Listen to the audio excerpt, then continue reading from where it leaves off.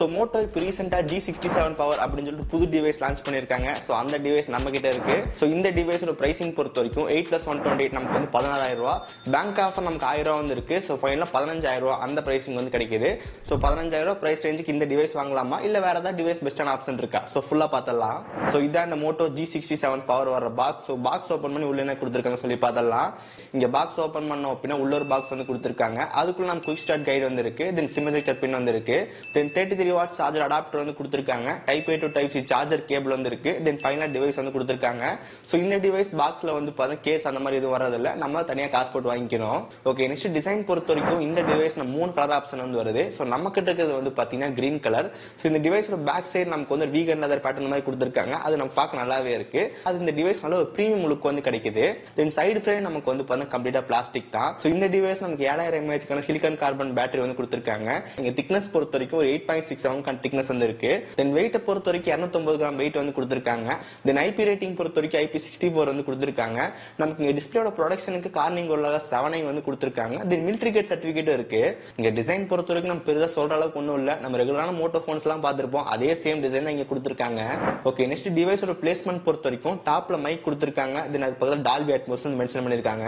இதே லெஃப்ட் சைடுல பார்த்தோம் அப்படின்னா சிம் ஸ்லாட் வந்து கொடுத்திருக்காங்க. இங்க நம்மளால 2 சிம் வந்து போட முடியும். மெமரி கார்டு வந்து போட முடியாது. தென் அப்படியே கொஞ்சம் கீழே வந்து வைப்பேன் ஹெட்போன் ஜாக் வந்து கொடுத்திருக்காங்க. சோ ரொம்ப நாள் கழிச்சு வந்து பாக்குறேன். தென் அது பக்கத்துல மைக் கொடுத்திருக்காங்க. தென் டைப் சி சார்ஜிங் போர்ட் வந்து இருக்கு. தென் அது பக்கம் ஸ்பீக்கர் வந்து கொடுத்திருக்காங்க. இந்த டிவைஸ் டுவல் சீரிஸ் ஸ்பீக்கர் வந்து கொடுத்திருக்காங்க. சோ என்னதான் இங்க டால்பி அட்மோஸ் அதுன்னு சொன்னாலும் சவுண்ட் அவுட்புட் ரொம்ப ரொம்ப லவுடா இருக்கு. பட் ஆனா சவுண்ட் அவுட்புட் நம்ம கிளியரா இருக்கா அப்படின்னு சொல்லி என்ன கிளியரா வந்து கிடையாது. நம்ம கொஞ்சம் வால்யூமா ஜாஸ்தி வைக்கும் போது நமக்கு ஒரு மாதிரி கரகரான்ற மாதிரி வந்து பண்ணி கேக்குது. சவுண்ட் லவுடா இருக்கு. பட் இருந்தாலும் டீடைல் அந்த அளவுக்கு இல்ல. தென் ரைட் சைடுல நமக்கு வந்து வால்யூம் பட்டன்ஸ் வந்து கொடுத்திருக்காங்க. அது கீழே பவர் பட்டன் இருக்கு. சோ அந்த பவர் பட்டன்ல ஃபிங்கர் பிரிண்ட் சென்சார் வந்து கொடுத்திருக்காங்க. இந்த டிவைஸ் நமக்கு AMOLED பேனல் வந்து கிடையாது, LCD பேனல். அதனால தான் நம்ம side mounted finger print sensor வந்து கொடுத்திருக்காங்க. நெக்ஸ்ட் டிஸ்ப்ளே பொறுத்த வரைக்கும் 6.7 inches Full HD Plus IPS LCD display வந்து கொடுத்திருக்காங்க. இங்க 120 Hz கான ரெஃப்ரெஷ் ரேட் வந்து இருக்கு. தென் பீக் பிரைட்னஸ் பொறுத்த வரைக்கும் 1050 nits பீக் பிரைட்னஸ் வந்து கொடுத்திருக்காங்க. அவுட்டோர்ல நமக்கு டிஸ்ப்ளேயோட பிரைட்னஸ் வந்து ரொம்ப ரொம்ப ஜாஸ்தி வந்து கிடையாது, கொஞ்சம் லிமிட்டடா தான் இருக்கு. பட் இருந்தாலும் நம்ம ஸ்கிரீன்ல இருக்க கண்டென்ட் எல்லாம் பாத்துக்க முடியும். தென் HDR சப்போர்ட் வந்து கிடையாது. உங்களால யூடியூப்ல HDR வீடியோஸ் எல்லாம் எதுவும் பாத்துக்க முடியாது. தென் அதுக்கப்புறம் டிஸ்ப்ளேயோட பெசல்ஸ் வந்து பாருங்க எவ்வளவு பெருசா கொடுத்திருக்காங்க அப்படின்னு சொல்லிட்டு. மேலே கீழே வந்து பார்த்தா தெரியும் பெசல்ஸ் ரொம்ப ரொம்ப ஜாஸ்தியாவே இருக்கு. இதோட இதே பிரைஸ் ரேஞ்சில் நம்ம Realme P4, Oppo K13 5G எல்லாம் வந்து கிடைக்கும். அது இந்த அளவுக்கு பெசல்ஸ் இருக்காது, இங்க கொஞ்சம் ஜாஸ்தியா தான் இருக்கு. இங்க டிஸ்பிளேயோட குவாலிட்டி பொறுத்த வரைக்கும் நல்லா தான் இருக்கு. பட் இதே சேம் பிரைஸ் ரேஞ்சில் இன்னும் ஒரு பெட்டரான டிஸ்பிளேஸ் எல்லாம் கிடைக்கும். அதையும் ஞாபகம் வச்சுக்கோங்க. நெக்ஸ்ட் இங்க சாஃப்ட்வேர் பொறுத்த வரைக்கும் Hello UI வந்து கொடுத்திருக்காங்க. Android 15 வந்து பேஸ் பண்ணது. இங்க மேஜரான பிராண்ட்ஸ் எல்லாமே நமக்கு வந்து பாத்தீங்கன்னா Android 16 வந்து ரோல் பண்ண ஸ்டார்ட் பண்ணிட்டாங்க. இவங்க புது டிவைஸ் லான்ச் பண்ணி அதுல நமக்கு வந்து Android 15 வந்து கொடுத்தது தவறான செயல் இது. இதை விட இன்னொரு ஹைலைட்டான விஷயம் சொல்லி கேட்டீங்கன்னா சாஃப்ட்வேர் அப்டேட் தான். இங்க உங்களுக்கு வந்து பாத்தீங்கன்னா Android 16 மட்டும் தான் கிடைக்கும். அதுக்கப்புறம் 17, 18 அதெல்லாம் வந்து பார்த்தா கிடைக்காதுன்ற மாதிரி சொல்றாங்க. 1 இயர்க்கான அப்டேட் வந்து கிடைக்கும். சோ இந்த பிரைஸ் ரேஞ்சுக்கு அட்லீஸ்ட் ஒரு 3 இயர்ஸ் கொடுக்கணும். 2 இயர்ஸ் கொடுத்திருந்தாங்க அப்படின்னா கொஞ்சம் பெட்டரா இருந்திருக்கும். இங்க நம்ம 1 இயர்க்கான அப்டேட் தான் வந்து கொடுத்திருக்காங்க.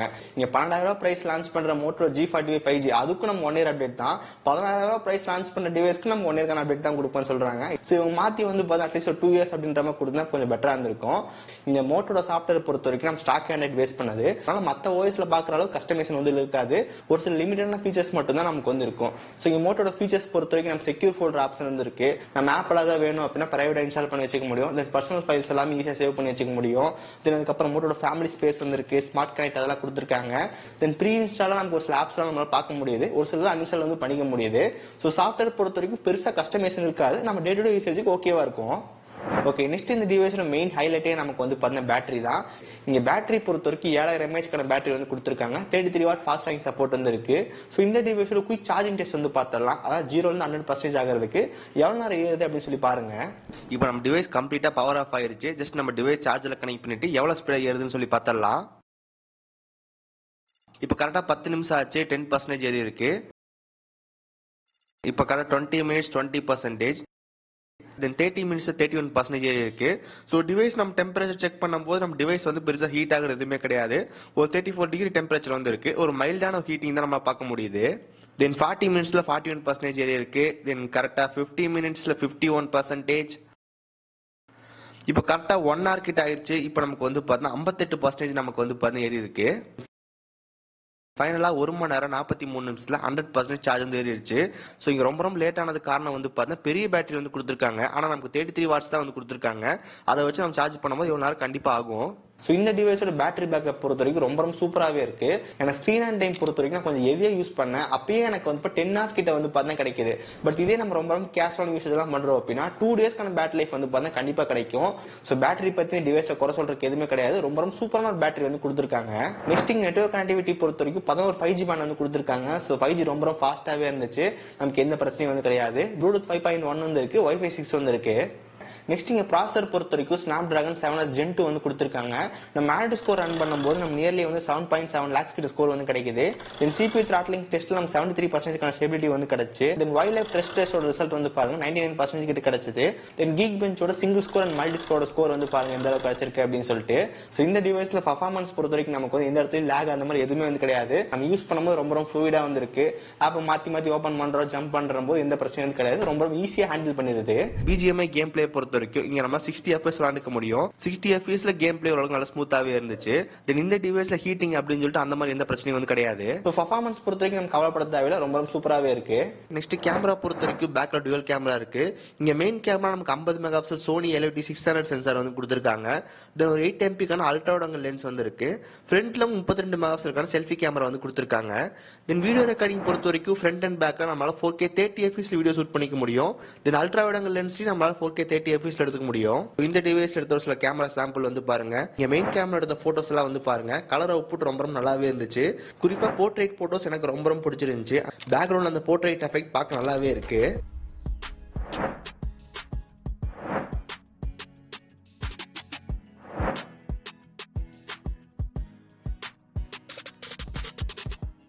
இந்த சாம்பிள்லாம் வந்து பாருங்க நமக்கு அல்ட்ரா வைட் லென்ஸ் எடுத்த போட்டோஸ்.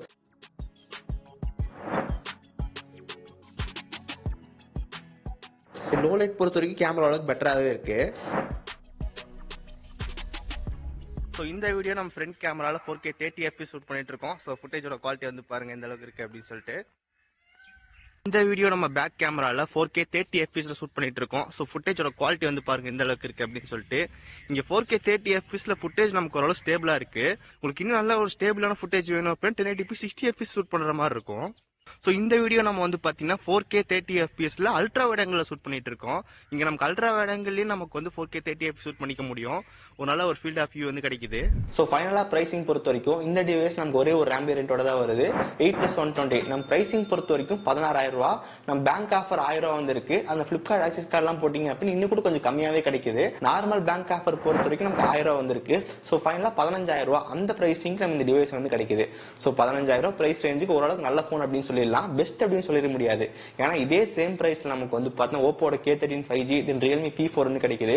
அந்த ரெண்டு டிவைஸுமே நமக்கு வந்து இதோட நல்ல ஒரு பெட்டரான டிவைஸா இருக்கும். ஏன்னா இந்த மோட்டோ டிவைஸ்ல நிறைய ஃபீச்சர் வந்து அந்த டிவைஸ்ல இருக்கு.